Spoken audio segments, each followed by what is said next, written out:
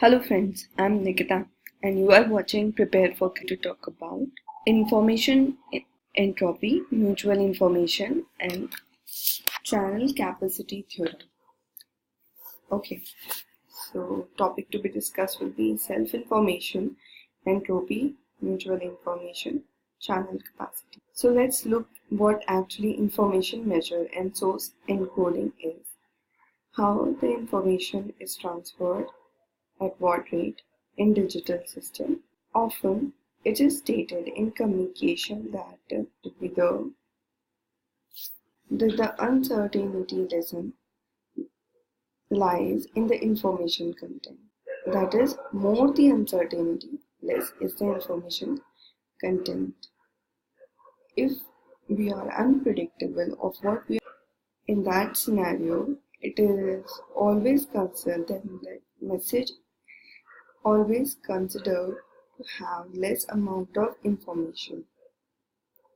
To measure the information content, suppose we are sending m number of messages having pm respective probability for each outcome or sample m message. Px of I is the probability of each message sent over transmission. Thus, the self-information about itself, not the collective, but the information about that message, is given by log 2 1 upon Pm is greater than 0 for, Im is greater than 0 for Pm less than 1. You put the value of Pm in this, you will get a positive value of Im. It tends to 0 as Pm tends to 1. Okay. Now, if Im is greater than Im, for that scenario, the probability of Pm will be less than the probability of Im. Okay. So, keeping this basic information in mind, that more the uncertainty, less the information, let's move on to our next slide. What is entropy and information rate? Entropy is also considered sometimes to be known as information content. Okay. So for discrete memoryless source show time invariance and stationarity in their transfer function can be used to measure uncertainty. Measure of uncertainty or entropy is given by this formula, which is bits per symbol. Like the information content sent per symbol in terms of bits is this much. Okay. Today, total information transfer will be equals to NH. The information rate transferred at a constant rate will be R into HX bits per second. Okay. Now the entropy will be maximum and its upper limit will be log to the base 2 m, log m to the base 2. All symbols that those have same probability, their rate is r into log 2m. However, if a symbol have different probability, then we have different formula to calculate this entropy. Now let's look how we are going to calculate. Okay, before that there is a gate question. Oh yeah, it's a 2016 question. Okay, and pause for a second, I would say, and try to understand how this question is done and how you can solve this question by yourself. Okay, and if you have any other method other than this, then please update all of us. An analog baseband signal, band limited to 100 Hz, is sampled at Nyquist rate. The samples are quantized into 4 messages, symbols that occur independently in probabilities P1 and P4. And P2 and P3 are equal. So with this, putting all the probability equals to 1, we get this. Okay, I should have mentioned over here that P1 plus P2 plus P3 plus P4 is equals to 1. From there you can calculate P2. From here and there you can calculate P2 and P3. Okay, so the bandwidth is given as 100 Hz. Now to calculate entropy or the information content bits per symbol, we use this formula of probability into log 1 upon pi base 2. We get 1.811 bits per symbol. If R is equals to 2B, then the information rate will be 362 bits per second. Okay. Now moving forward, the average length per symbol is just like calculating entropy but with different mathematical formula having variable code length. The different coding technique could be Huffman coding, Shannon-Fano coding. Okay, these are very two important codings. The average code length measures the average number of bits per source symbol. For n tilde is equals to summation I equals to 1 to m pi ni, where pi is the probability, ni is the average code length. If we measure the efficiency of that code efficiency to, we get almost around 99% in Huffman coding, and similarly same in the Shannon-Fano coding. Okay. Another parameter is redundancy, which is 1 minus efficiency. Now, when we have talked about self-information and entropy of a message sent having multiple number of bits sent over a transmission for a self message or a single message or a set of message, but we haven't talked about what if suppose two messages are sent over a medium, and what will be their joint probability, what will be the mutual information they will be transmitting over the medium. Let's consider probability of yj / xj is known as forward transition probabilities, as they move forward from as one symbol is being transmitted over the medium with a probability of 1 by 2, and what will be the probability that the same symbol will be received at the receiver. So in that scenario, if the same probability is not received at the receiver, we get an error probabilities, which is P of yj / xi as I is not equals to j. Mutual information received per symbol I, xi and by 2 is equals to log to the base 2 pyj / xi divided by pxi bits. That is the information sent over a symbol. Okay. For mutual information between two different symbols. One that is transmitted and what is received. The term given the amount of information transferred when xi is transmitted and yi is received. If yj is unrelated to xi, in that scenario, pxi is not dependent on yj, hence it will only be the independent probability of xi. You can break. This is for the individual symbol. You must be seeing that, what is self-information per symbol. But if you take a cumulative, considering all the messages contained in that variable set of x and y, then it is given by this formula. An additional joint probability is multiplied in the whole formula.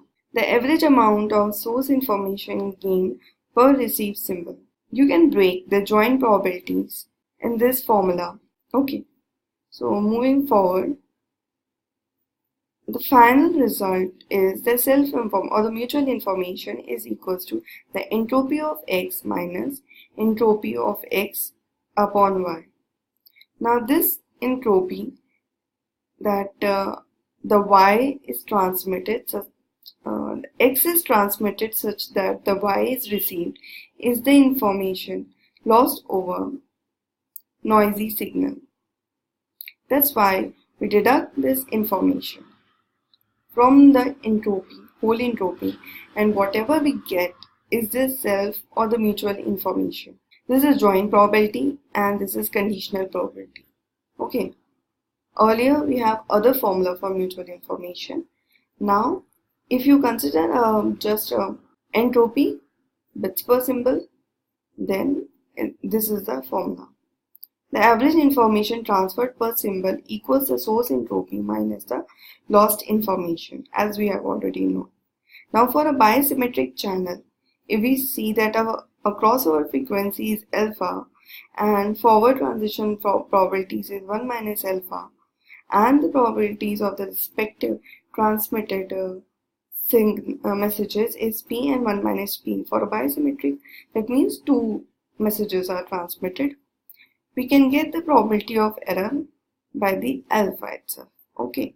Or we wish to calculate that if that particular symbol will reach the receiver or not, there is this other formula. Now the discrete channel capacity. Discrete channel capacity, what is actual the channel capacity? Is the maximum mutual information that can be transmitted. Okay. The maximum amount of information transferred per channel symbol.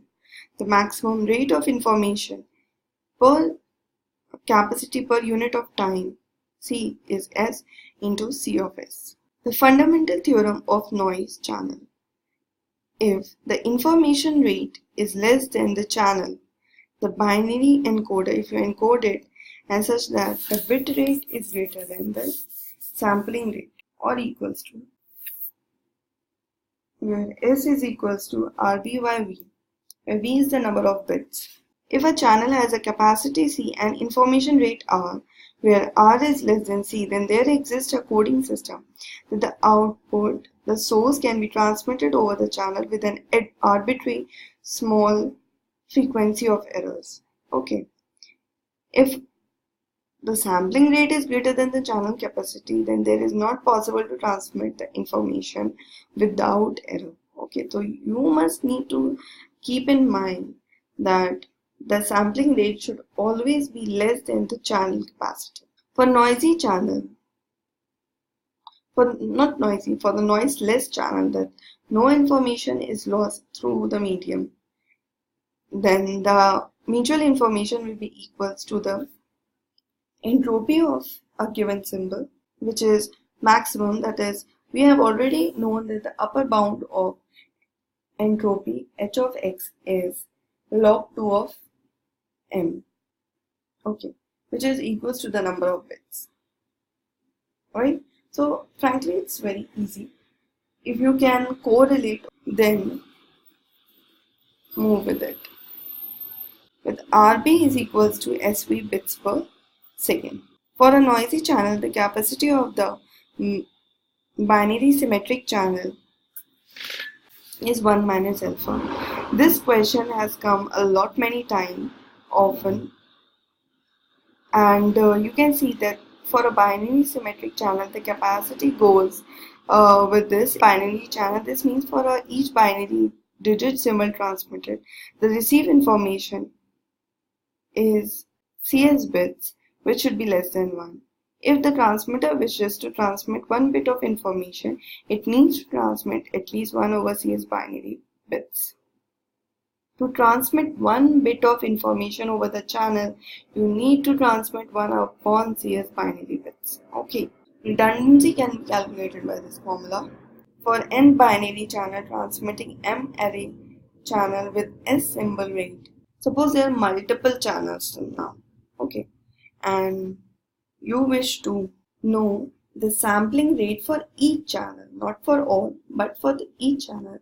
Then what you need to do is, you multiply the symbol rate, okay, into the entropy divided by the number of total channels. It is same as the earlier, but this division factor has come introduced now. The continuous channel capacity, the average mutual information, this is for the continuous channel. We have been talking about the discrete channel till now. If you talk about the continuous channel, then instead of summation, it will be an integral. So if you consider the entropy, the output signal will be the input signal plus a noise content and additive white Gaussian noise. Okay, this is the formula for the entropy. The maximum information will be the channel capacity. If you see that for a given signal, Nyquist sampling frequency Fs is 2 into B, the maximum rate of information transfer is 2 into B into C as bits per second. That is the maximum rate of information. Okay. The capacity of a band limited continuous signal is B log 10, 1 plus S by N. The equation has been derived from the Hartley-Shannon law. You don't need to derive this equation for gate examination, but you should know this equation very well because it's asked oftentimes in gate examination too. So remember this formula. It's very important and need to be taken care. Now, if there is a bandwidth compression for B less than R, it will be less than 1, and for bandwidth expansion, it will be greater than 1. Now, even this is very important. For C infinity is equals to 1.44 S by N naught, where S is the power of the signal and N naught is the power spectral density of noise. Okay, thank you friends for this small video. I hope you like it, and this is on about information theory time. If you like this channel or if you like this video, keep subscribing to my channel, press the like button, and bye bye.